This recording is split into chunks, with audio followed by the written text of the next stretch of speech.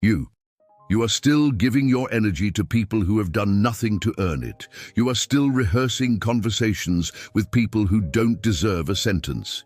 You are still checking for their reaction, replaying their words, wondering if they finally understand how much they hurt you. You are still feeding them, and that is why they still have power. Not because they are stronger, not because they are smarter, not because they matter, but because you care. You've stayed up at night crafting the perfect response. You've imagined the moment they apologize.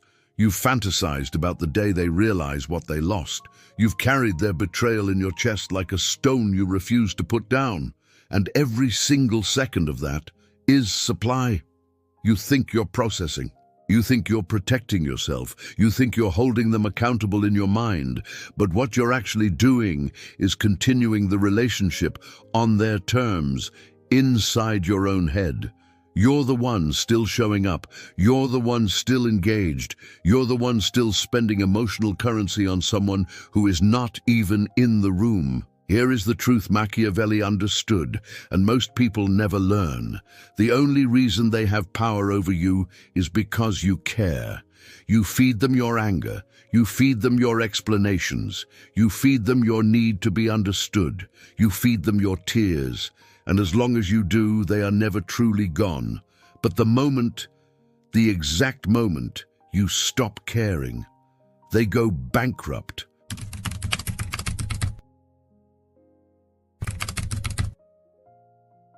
Read that again with different eyes, because the deception here is not a lie you tell them, it's the lie you stop believing. The lie that they matter, the lie that their opinion holds weight, the lie that your value is tied to their recognition. And when you stop believing that lie, something shifts, not just in you, in them.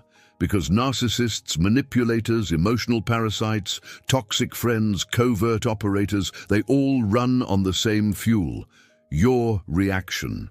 Your care is their oxygen. Your attention is their status. Your pain is their proof that they still matter. And today you are going to learn how to weaponize apathy, not as a mask, not as a performance, not as something you fake until it's real, but as a strategic decision to stop investing in people who are emotional black holes. You are going to learn the narcissistic supply cutoff. You are going to learn why indifference is more aggressive than hate. You are going to learn why they panic when you go quiet. You are going to learn walking away psychology as a form of psychological warfare. You are going to learn emotional control as the ultimate Machiavelli detachment move. But this next step requires you to kill your own ego, because your ego wants them to know you don't care. Your ego wants the satisfaction of showing them how unbothered you are. Your ego wants revenge that they can witness, and that is still feeding them. True power is when you stop caring whether they know you stopped caring. If these ideas resonate with you, hit that subscribe button for more top-tier content. Also, drop a "kill your care" in the comments so I know you're ready. Let's dive in. First, you need to understand what you've been doing wrong. You thought the relationship ended when they left. You thought the dynamics stopped when you blocked them. You thought the power shifted when you moved on. But you didn't move on. You moved the theater inside your head, and they are still the star. This is narcissist supply at its simplest. They do not need your praise. They need your energy, good or bad, love or hate, admiration or obsession. As long as you are emotionally activated by them, they are still feeding. This is why ignoring manipulators is not enough, because most people ignore with resentment. They ignore while seething. They ignore while checking. They ignore while imagining confrontation. That is not ignoring. That is obsession with a mute button. And they feel it. Because energy has weight. Attention has presence. Care has a signal. You think you hid it by not responding. But your nervous system is still lighting up every time their name appears. Your body is still producing cortisol every time you remember what they said. Your brain is still running scenarios where you win. That is supply. And here is the Machiavellian truth. You cannot defeat someone you are still thinking about, because thinking is relating, hating is connecting. Fantasizing about their downfall is still fantasizing about them. So the first law of weaponized silence is this: you do not withdraw attention as a punishment they will notice. You withdraw attention because they are no longer worth the energy expenditure. There is a difference. One is reactive. One is strategic. One is still playing their game. One is leaving the board entirely. And that is what breaks them. Not your anger, your absence, not your words, your disinterest, not your comeback, your complete, total, suffocating indifference. Because narcissists can handle hate. Hate is passion. Hate is proof they affected you. Hate keeps them alive in your world. But indifference is death. Indifference says, you are scenery, you are a stranger, you are irrelevant to my emotional reality. And that is what they cannot survive. So ask yourself, how much of your day is still structured around someone who does not structure theirs around you? How much of your mental real estate is occupied by someone who pays no rent? How much of your power are you hemorrhaging into a void that never fills? Stop for a moment and calculate the energy you waste on someone who has already moved on. You are still attending a trial where you are both the prosecutor and the defendant. You are still delivering closing arguments to a jury that does not exist. You are still trying to win a case that was dismissed the moment they stopped respecting you. That ends here. Because the power of not caring is not about numbing yourself. It's about reallocating your resources to something that actually builds you. And that brings us to the part your inner nice person will resist. Second law, they panic when you go quiet. And here is why. Because silence is the only move they cannot counter. If you yell, they have ammunition. If you cry, they have proof you're emotional. If you explain, they have material to twist. If you beg, they have confirmation of their power.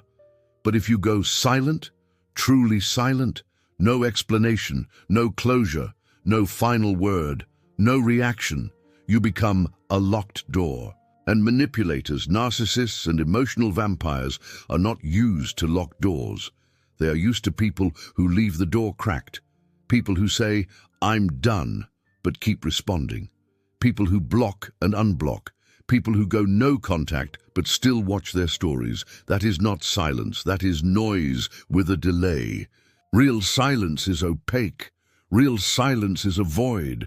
Real silence makes them the one wondering, and that is when the hoovering starts. They text you something neutral. They accidentally, like an old post. They ask a mutual friend about you. They show up somewhere they know you'll be. Why? Because they need to know if they still have access. And this is the test. This is where most betrayed intellectuals fail, because they interpret the hoovering as, they miss me. They finally realized, maybe they've changed. No, they are checking if the supply line is still open. They are not reaching out because they value you. They are reaching out because they felt the absence of your energy and need to confirm you're still emotionally available. So here is the counter move. If you respond at all, even to tell them to leave you alone, you lose. Because response is supply. Leave me alone is still engagement. I don't care about you is still caring enough to say it. You hurt me is still centering them in your emotional world. The only winning move is no move.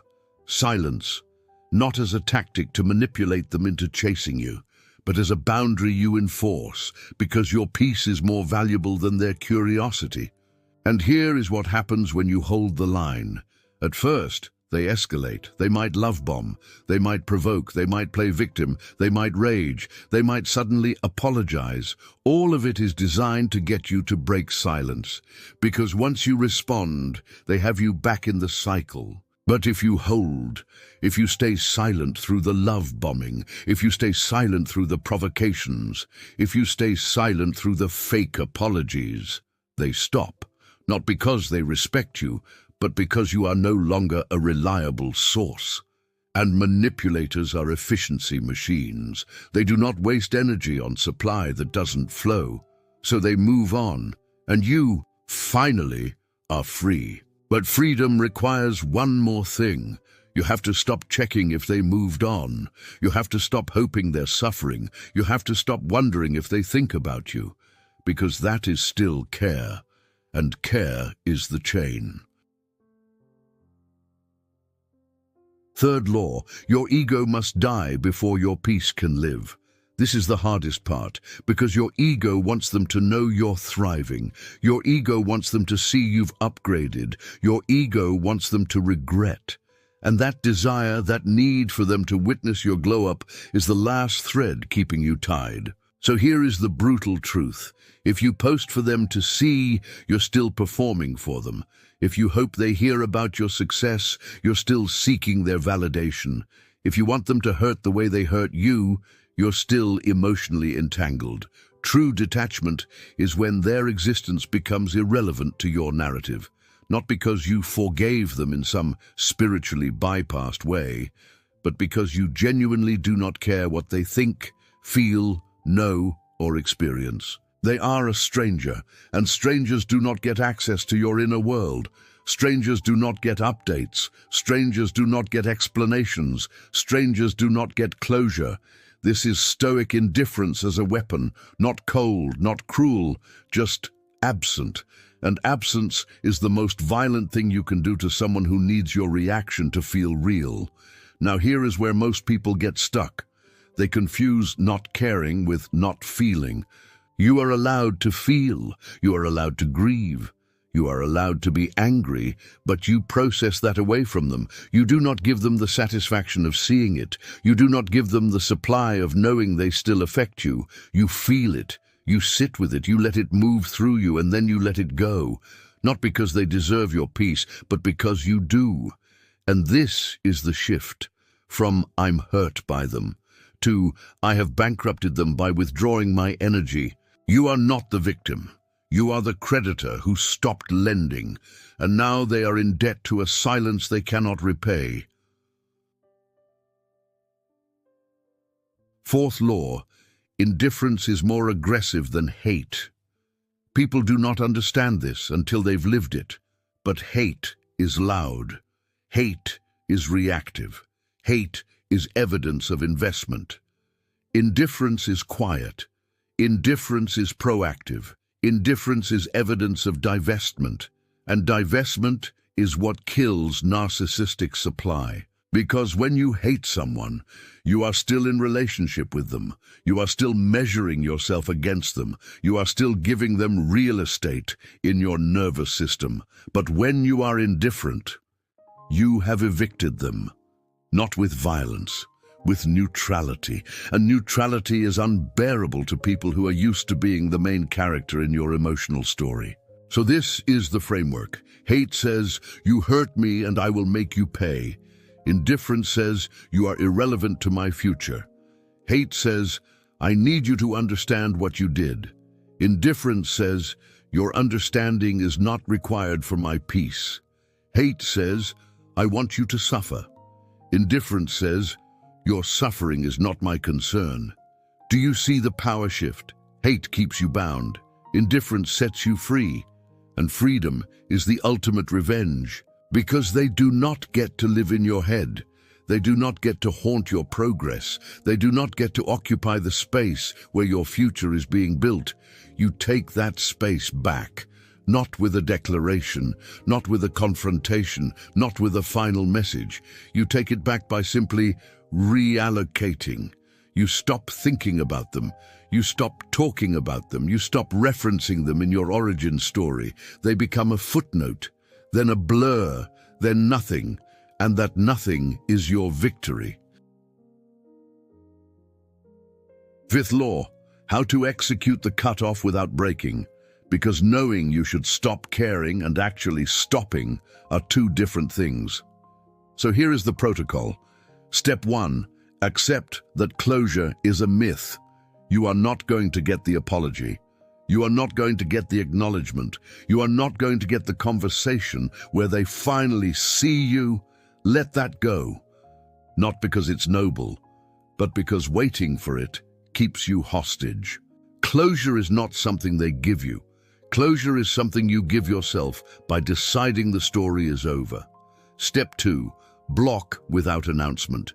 Do not tell them you're going no contact. Do not explain why. Do not give them a chance to respond. Just block. Everywhere. Social media, phone, email, mutual platforms. And if you cannot block, if they are a co-worker, a family member, a co-parent, then you go grey rock. You become the most boring, unresponsive, emotionless version of yourself in their presence. No details, no emotion, no supply. You answer in one-word sentences. You do not explain. You do not defend. You do not engage. You become a void. Step 3. Redirect the energy. Every time you think about them, you do not shame yourself. You do not spiral. You notice the thought. You acknowledge it. And then you redirect. You go for a walk. You text a real friend. You work on a project. You do something that builds you instead of depleting you. This is not suppression. This is retraining your neural pathways, because your brain has been conditioned to loop on them. You are teaching it a new loop. Step 4. Remove the audience. If mutual friends bring them up, you say, "I'm not interested in updates." Flat, final, no explanation. If people try to play mediator, you say, "I've moved on. I'd appreciate if you respected that." If people try to guilt you into being the bigger person, you say, "I already was. That's why I'm protecting my peace now." You do not justify. You do not defend your boundaries. You enforce them. And step 5, the hardest one, you stop checking. You do not look at their profile. You do not ask about them. You do not search their name. You do not cyberstalk. Because every check is a relapse. Every check is you reopening the wound. Every check is supply, and you are done being a source. Final law.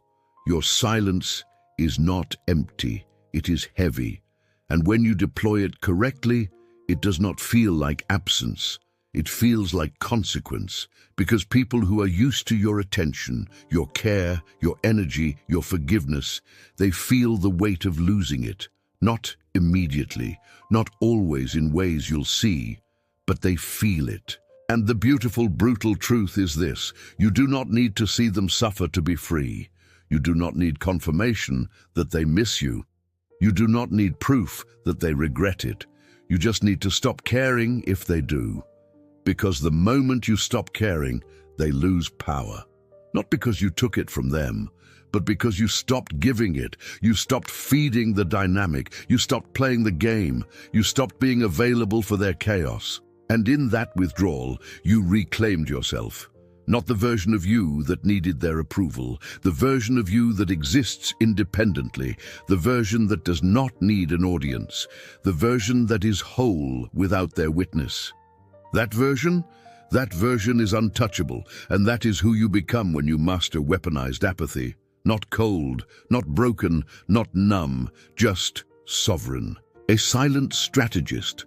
An observer, not a participant. Someone who knows that the best revenge is not pain, it's irrelevance. So kill your care in the comments if you're ready to stop spending emotional currency on people who can't afford you.